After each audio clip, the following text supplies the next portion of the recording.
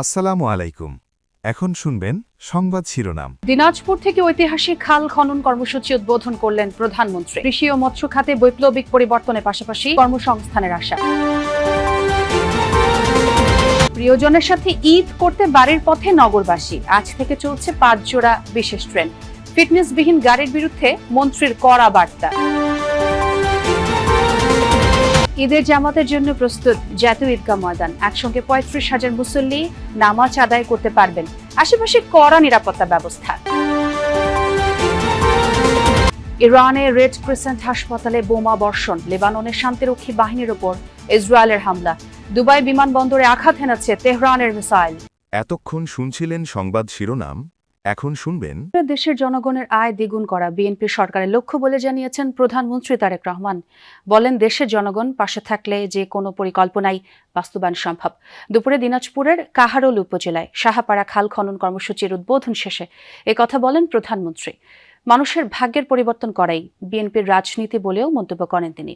আরো বলেন, বিভিন্ন রকম কথা বলে যারা বিভ্রান্তি ও বিশৃঙ্খলা সৃষ্টি করতে চায় তাদের বিষয়ে সতর্ক থাকতে জনগণের প্রতি আহ্বান জানান তিনি। দিনাজপুরের কাহারোলে খালের মধ্য দিয়ে একযোগে দেশের বাকি 53টি স্থানে খাল খনন কর্মসূচির উদ্বোধন করেন প্রধানমন্ত্রী তারেক রহমান। উদ্বোধনের পর দুস্থ ও অসহায় পরিবারের মধ্যে ছাগল বিতরণ শেষে জনসভায় বক্তব্য রাখেন তিনি। প্রথম দফায় 6 মাসে 1200 কিলোমিটার এবং পর্যায়ক্রমে 5 বছরে 20,000 কিলোমিটার নদী নালা ও খাল বিল খনন করার পরিকল্পনা সরকারের। বেলা 3:30টায় দিনাজপুর উপশহর এলাকায় ফরিদপুর কবরস্থানে নানা নানি খালাসহ নিকটাত্মীয়দের কবর জিয়ারত করবেন তারেক রহমান। বিকেল 5টায় শহরের গোড়ের শহীদ বড় ময়দানে দিনাজপুরের সুধী সমাবেশ শেষে ইফতার ও দোয়া মাহফিলে অংশ নেবেন প্রধানমন্ত্রী। সন্ধ্যা 6:45টায় দিনাজপুর থেকে ঢাকার উদ্দেশ্যে রওনা হওয়ার কথা প্রধানমন্ত্রী তারেক রহমানের। এই কাজগুলো করলে কি আপনারা মনে করেন দেশে শান্তি আসবে? এই কাজগুলো করলে কি আপনারা মনে করেন মানুষের উপকার হবে? এই কাজগুলো করলে কি আপনারা মনে করেন মানুষের ভাগ্যের পরিবর্তন হবে? কি হবে? গরমে আসলে সকলে রোজা রেখে শুকায় গেছে গলা, তাই না? আমারও গলা শুকায় গেছে। এখন যাই হোক, ইনশাআল্লাহ একটু পরে ইফতার হবে, তখন বেশি করে পানি খেতে হবে। পানি কিন্তু সবাই বেশি করে খাবেন। আজকে অনেকক্ষণ রোদে ছিলেন আপনারা, ঠিক আছে? পানি বেশি খেতে হবে, নালে কিন্তু আবার কিডনিতে সমস্যা হবে, ঠিক আছে? ইফতার করে পানি বেশি খাবেন, যতটা খাবার খাবেন আজকে পানি বেশি খেতে হবে, কারণ এই রোদের তাপে শরীর থেকে পানি টেনে নিয়েছে। সড়কে অতিরিক্ত ভাড়া নেওয়ার কোনো নজির নেই। সকালে মহাখালী বাস টার্মিনাল পরিদর্শন শেষে এমনটাই জানিয়েছেন সড়ক ও পরিবহন মন্ত্রী। এদিকে ঈদে ঘরমুখ মানুষের চাপ এখনো শুরু হয়নি। সড়ক ও রেলপথেও নেই ততটা ভিড়। কাল থেকে সরকারি ছুটি শুরু হওয়ায় মঙ্গলবার থেকে নামবে মূল ঢল। তবে জ্বালানি সংকট না কাটলে ঈদযাত্রায় প্রভাব পড়তে পারে শঙ্কা পরিবহন সংশ্লিষ্ট। শুরু হয়েছে শেকড়ের টানে বাড়ি ফেরার পর্ব। চলছে আগাম টিকিটে রেলে চতুর্থ দিনের মতো ঈদযাত্রা। শেষ কর্মদিবস হলেও সকালের দিকে তেমন চাপ ছিল না। ভোগান্তিহীন যাত্রায় উৎসবের আনন্দ হবে দ্বিগুণ, এমনটি প্রত্যাশা যাত্রীদের। ঈদের বিশেষ ট্রেনের যাত্রাও আজ থেকেই শুরু হবে। তবে অনলাইনে টিকিট কাটা নিয়ে ভুগেছেন কেউ কেউ। আগে যাচ্ছি যে বাড়িতে সবার সঙ্গে আরো কিছুটা দিন সময় কাটাবো। প্রতিদিন সকালবেলা উঠে বসে থাকি, কিন্তু টিকিট পাওয়া যায় না। 3-4 দিন ট্রাই করার পর একদিন, তাও আমরা দুইজন দুই জায়গায় 2 বগিতে টিকিট পেয়েছি। এরকম কোনোটা বিকাশ পেমেন্ট পর্যন্ত নিয়ে গিয়ে তারপরে বের করে দেয়, একই প্রবলেম। আপাতত এই ধরনের কোনো হেসেল এখনো পাইনি।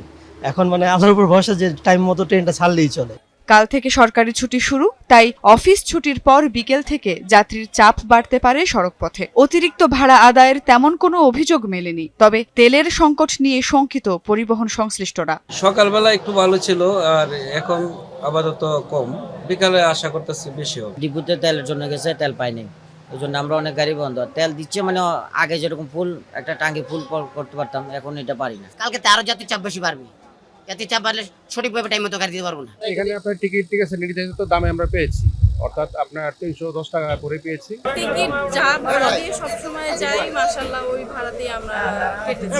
সুন্দরভাবে সিরিয়াল ভাবে সিরিয়াল মেইনটেনেন্স করে আমরা গাড়িতে উঠছি।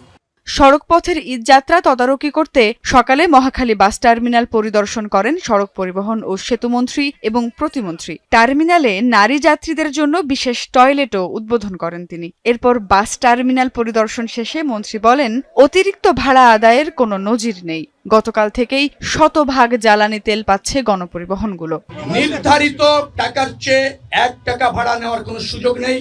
মোবাইল কোর্ট এখানে আছে, যে কোনো যাত্রী কমপ্লেন করলে তাৎক্ষণিক ব্যবস্থা নেওয়া হবে এবং আমরা 24 ঘন্টা তৎপর আছি, 24 ঘন্টা। গতকাল রাত থেকে নিশ্চিত করা হয়েছে গণপরিবহনে পর্যাপ্ত তেল সরবরাহ করা হবে। তেলের দাম বাড়ছে না, তা আমি আগেও আপনাদেরকে জ্ঞাত করে। মঙ্গলবার থেকেই শুরু হবে ঘরমুখো মানুষের চাপ, তাই আগেই যাতে জ্বালানি সহ সব অনিশ্চয়তা দূর হয় সেই প্রত্যাশা যাচ্ছে। জাতীয় ঈদগাহ মাঠে ঈদের জামাতের প্রস্তুতি প্রায় সম্পন্ন। এবার 35,000 মানুষ একসাথে নামাজ পড়তে পারবে বলে জানিয়েছেন ঢাকা দক্ষিণ সিটি কর্পোরেশনের প্রশাসক মোহাম্মদ আব্দুল সালাম। সকালে জাতীয় ঈদগাহ পরিদর্শন শেষে এ কথা জানান তিনি। বলেন, সার্বিক নিরাপত্তায় সব রকম ব্যবস্থা রাখা হয়েছে। প্রধানমন্ত্রীর নিরাপত্তা বিশেষ ব্যবস্থা থাকবে বলে জানান প্রশাসক। বলেন, ভিআইপি কাতারে থাকবে জায়নামাজ। ঈদ জামাতে নারীরাও অংশ নিতে পারবে। পর্যাপ্ত লাইট ও ফ্যানের ব্যবস্থা করা হয়েছে। এছাড়া ভ্রাম্যমাণ টয়লেটের পাশাপাশি প্রাথমিক চিকিৎসার ব্যবস্থাও করা হবে। বৃষ্টির জন্য সব ধরনের প্রস্তুতি রয়েছে বলে জানান জিএসসিসি প্রশাসক। কোন অবস্থাতেই যে সমস্ত জিনিসপত্র তার সাথে বহন করা যাবে না, ধারালো বা অবজেকশনমূলক যে সমস্ত কিছু আছে, সমস্ত পার্টিসিপেন্ট যারা আসবেন, নামাজি যারা আসবেন, ওনাদেরকে সদয় অনুরোধ করব ওনারা যাতে এমন কোনো কিছু না আনেন যাতে সিকিউরিটি পয়েন্টে কোনো হ্যাম্পার হয়। যুক্তরাষ্ট্র ইসরায়েলের যৌথ হামলার টার্গেট হচ্ছে ইরানের একের পর এক এলাকা। হামাদানে চালানো হয়েছে ভয়াবহ তাণ্ডব। আইআরজিসির হেডকোয়ার্টার, পুলিশ স্টেশন ছাড়াও হামলার শিকার হয় নানা স্থাপনা। তেহরানে হামলায় ক্ষতিগ্রস্ত হয়েছে রেড ক্রিসেন্ট সোসাইটির একটি ক্লিনিকও। পাল্টা জবাব দিয়ে যাচ্ছে ইরানও। আইআরজিসির ছোড়া ক্ষেপণাস্ত্র আঘাত এনেছে দুবাই আন্তর্জাতিক বিমানবন্দরে। আগুন ছড়িয়ে পড়ায় বন্ধ হয়ে যায় কার্যক্রম। এছাড়াও ইসরায়েল, কুয়েত, আরব আমিরাতেও হামলা চালায় তেহরান। যুক্তরাষ্ট্র ইসরায়েলের হামলার টার্গেট ইরানের রেড ক্রিসেন্ট সোসাইটির এই ক্লিনিকটি। মেঝেতে ছড়িয়ে ছিটিয়ে আছে ভাঙা কাচের টুকরা সহ নানা সামগ্রী, ক্ষতিগ্রস্ত আসবাবপত্র। রাজধানী তেহরান জুড়েই এমন তাণ্ডব চালিয়ে যাচ্ছে যৌথ বাহিনী। রোববার ভয়াবহ হামলার শিকার হয় হামাদানো। পুলিশ স্টেশন ও এর আশেপাশের এলাকা টার্গেট করে চলে বোমাবর্ষণ। আক্রান্ত হয় আইআরজিসির সদর দফতর ও বাসিজ গ্রুপের কার্যালয়। নিহত হন বাসিজ গ্রুপের এক কমান্ড। ছাড়াও ইস্পাহানে বিমান বাহিনীর ঘাঁটি লক্ষ্য করে চালানো হয় হামলা। যৌথ অভিযান চলে কারাজ, বন্দর সিরাফ, বন্দর আব্বাস, জাম সহ বিভিন্ন এলাকায়। জবাবে কুয়েতে মার্কিন সামরিক ঘাঁটিতে ড্রোন ছুড়েছে আইআরজিসি। বিধ্বস্ত হয়েছে ইতালির একটি এয়ারক্রাফট। দুবাই আন্তর্জাতিক বিমানবন্দরে হয়েছে বড় ধরনের ড্রোন হামলা। আগুন ছড়িয়ে পড়ে একাংশে। সাময়িকভাবে বন্ধ করে দেয়া হয় কার্যক্রম। রুট পরিবর্তনে বাধ্য হয় বহু ফ্লাইট। সহ ইসরায়েলের বিভিন্ন শহরেও ব্যাপক হামলা চালিয়েছে ইরান। সোমবার ভোর থেকে অন্তত 60টি ড্রোন প্রতিহতের দাবি করেছে সৌদি আরব। সংযুক্ত আরব আমিরাত জানিয়েছে, ইরান থেকে আসা ক্ষেপণাস্ত্র ও ড্রোন হুমকির বিরুদ্ধে সক্রিয় তাদের আকাশ প্রতিরক্ষা ব্যবস্থা। লেবাননে হামলার শিকার হচ্ছে জাতিসংঘের শান্তিরক্ষীরা। রোববার বিকেলে দক্ষিণ লেবাননে তাদের 3টি টহল দলকে লক্ষ্য করে একটি অরাষ্ট্রীয় সশস্ত্র গোষ্ঠী গুলি চালায়।